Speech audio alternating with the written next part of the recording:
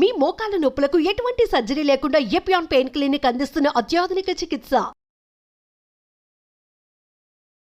Welcome to Suman TV. So జనరల్గా కల్తీ కల్తీ కల్తీ ఈ మాట చాలా వైరల్ అవుతుంది. ఎందుకంటే మనం తీసుకునే ప్రతి ఫుడ్ కూడా కల్తీ అవుతున్న విషయం మనందరికీ తెలిసిందే. అయితే ఈ కల్తీని ఎలా గుర్తించాలి, ఈ కల్తీ ఉన్న ఫుడ్ తింటే మనకి ఎలాంటి ఇష్యూస్ వస్తాయి, సో దీని గురించిన పూర్తి డిస్కషన్. మనతో పాటు ఫుడ్స్ ఎలా కల్తీ అవుతున్నాయి, వాటిని ఇంట్లో ఎలా గుర్తించవచ్చు తెలియజేయడానికి స్మార్ట్ ఫుడ్స్ ల్యాబ్ నుంచి పండి ప్రకాష్ గారు ఉన్నారు. ఈ కల్తీ ఫుడ్స్ తింటే వచ్చే అనారోగ్య సమస్యలు, వాటి నుంచి ఎలా తప్పించుకోవాలి తెలియజేయడానికి ప్రముఖ గ్యాస్ట్రో ఎంట్రాలజిస్ట్ డాక్టర్ శ్రీమన్నారాయణ గారు ఉన్నారు. Welcome to the show sir. నమస్తే డాక్టర్ గారు. నమస్తే. గుడ్ ప్రోటీన్ సోర్స్, డాక్టర్ దగ్గరికి వెళ్తే వెజ్ లో మంచి ప్రోటీన్ సోర్స్ ఏదంటే కందిపప్పు గురించి చెప్తారు. ఆ కందిపప్పు కల్తీ అవుతుంది. అంటే కాదేది కల్తీకి అనర్హం అన్నట్టు ప్రతిదీ కూడా కల్తీ అవుతుంది.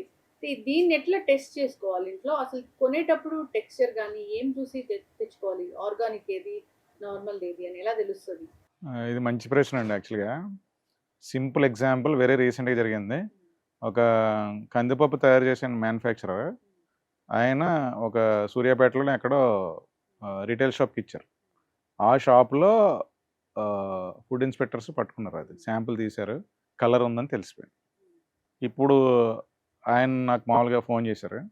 సరే ఇలాగా అడల్టరేషన్ అన్నది దాంట్లో పట్టుకున్నారు, ఏంటి నెక్స్ట్ ప్రొసీజర్ అంటే ఛాలెంజింగ్ స్టడీ. మీరు కలర్ కలగకపోతే ఛాలెంజింగ్ స్టడీ ఉంటుంది, దానికి అప్లై చేయండి అని చెప్పాను. రెండోది రియల్గా మీరు కలిపారా అంటే కలిపాం సార్ అని. మరి కలిపినప్పుడు అది తప్పు కదా, మీరు పెనాల్టీ అయితే పెనాల్టీ, ఏదైతే యాజ్ పర్ లా ఉందో అది మీరు ప్రొసీడ్ అవ్వాల్సిందే అని చెప్పాను.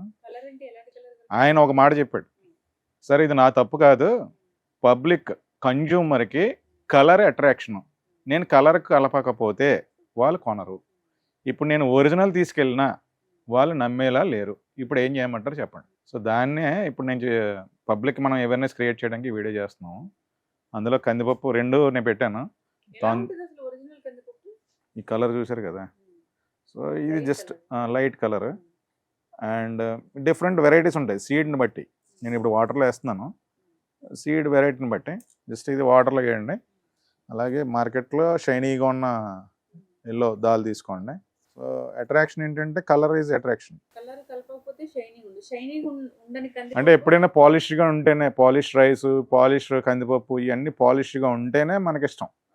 అన్పాలిష్డ్ అంటే ఇష్టం లేదు. అన్పాలిష్డ్ వల్ల వచ్చే అడ్వాంటేజ్ తెలియదు చాలామందికి.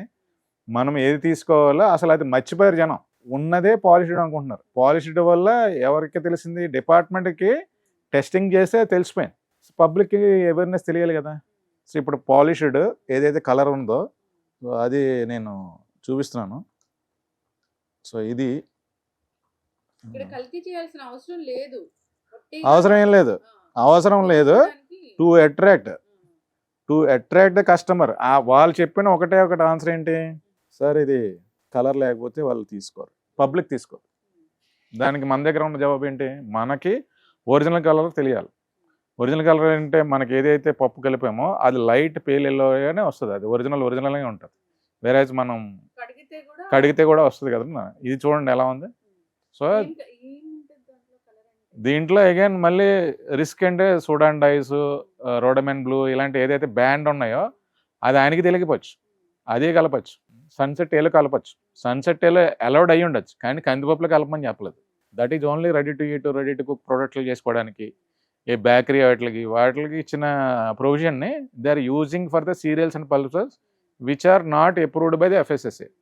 ఎఫ్ఎస్ఎస్ఏలో వీలు కానటువంటివన్నీ కూడా ఓవర్కమ్ చేసి వీళ్ళు చేస్తున్నారు. దానికి ఒకటి రీజన్ చెప్పినంటే పబ్లిక్కి ఇదే ఇష్టం, కలర్ ఉన్నవే ఇష్టం అని చెప్పాడు.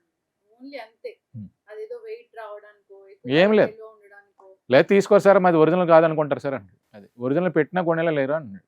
సో ఇప్పుడు మేము ఆలోచించే విధానం ఏంటంటే ఏ ప్రోగ్రామ్ చేసినా కన్జ్యూమర్ సెంట్రిక్గా చేసి కన్జ్యూమర్కి ప్రతిదీ ఒరిజినల్ ఎలా ఉంటుంది అన్న స్టాండర్డ్ మోడల్స్ చూపించి సో అలాంటివి కొనుక్కోండి చెప్పాలని మేము ప్రయత్నిస్తాం.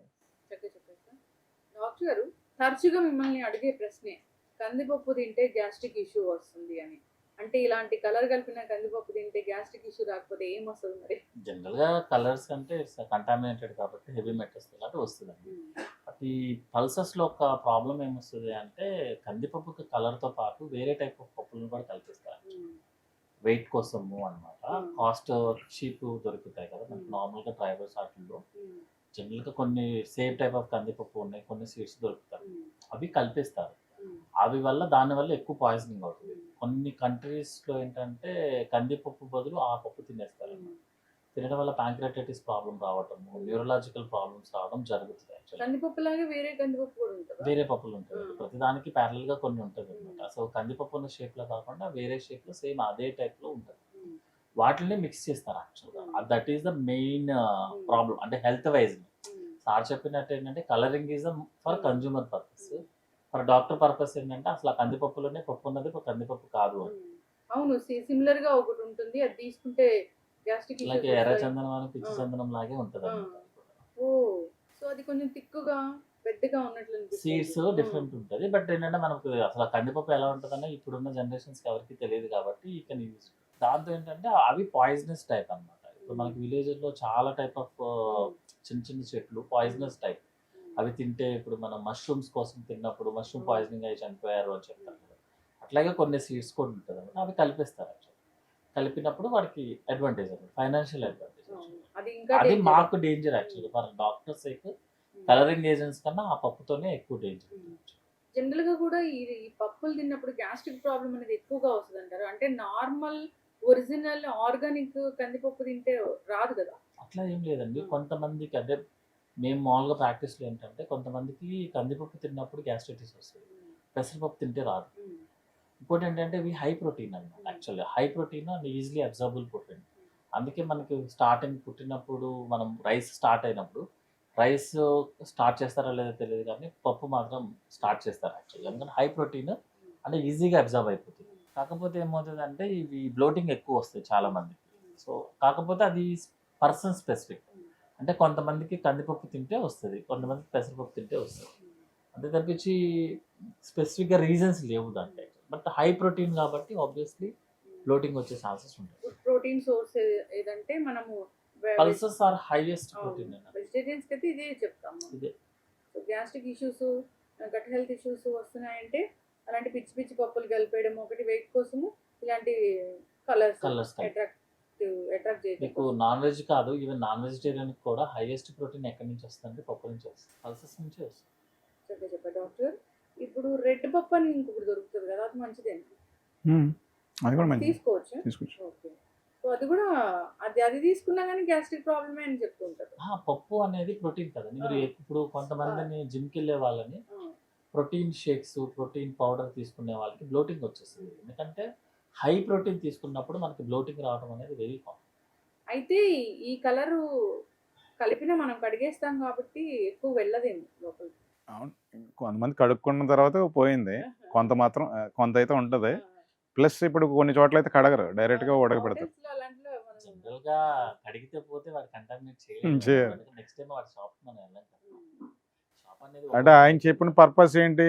To attract the public, but అది ఏమవుతుంది, damage to the public. Doctor గారు, సార్ మనం ఈ ప్రోగ్రామ్ ఏది చేసినా కానీ ప్రజలకి అవేర్నెస్ కల్పించడానికి, సో ఎట్లా తీసుకోవాలి, ఎలాంటి సోర్స్ నుంచి తీసుకోవాలనేది ఈసారి అడిగి చెప్తున్నాము. మిమ్మల్ని అడిగి ఎలాంటి ఇష్యూస్ వస్తాయని, ఎప్పుడైనా ఏదైనా ఫుడ్ తిన్నప్పుడు ఇష్యూస్ వస్తున్నాయి లేదా ఫుడ్ పాయిజన్ అయినట్లు అనిపిస్తుంది, బయట ఫుడ్ తినకపోయినా ఇంట్లో ఫుడ్ వల్ల కూడా అంటే ఒకసారి మనం చెక్ చేసుకోవాల్సిన అవసరం ఉంటుంది. వేరే బెటర్ ఆప్షన్కి వెళ్ళాల్సిన అవసరం ఉంటుంది. సో మనం ఈ సిరీస్ అనేది కంటిన్యూ చేద్దాం. చాలా చక్కటి ఇన్ఫర్మేషన్. Thank you.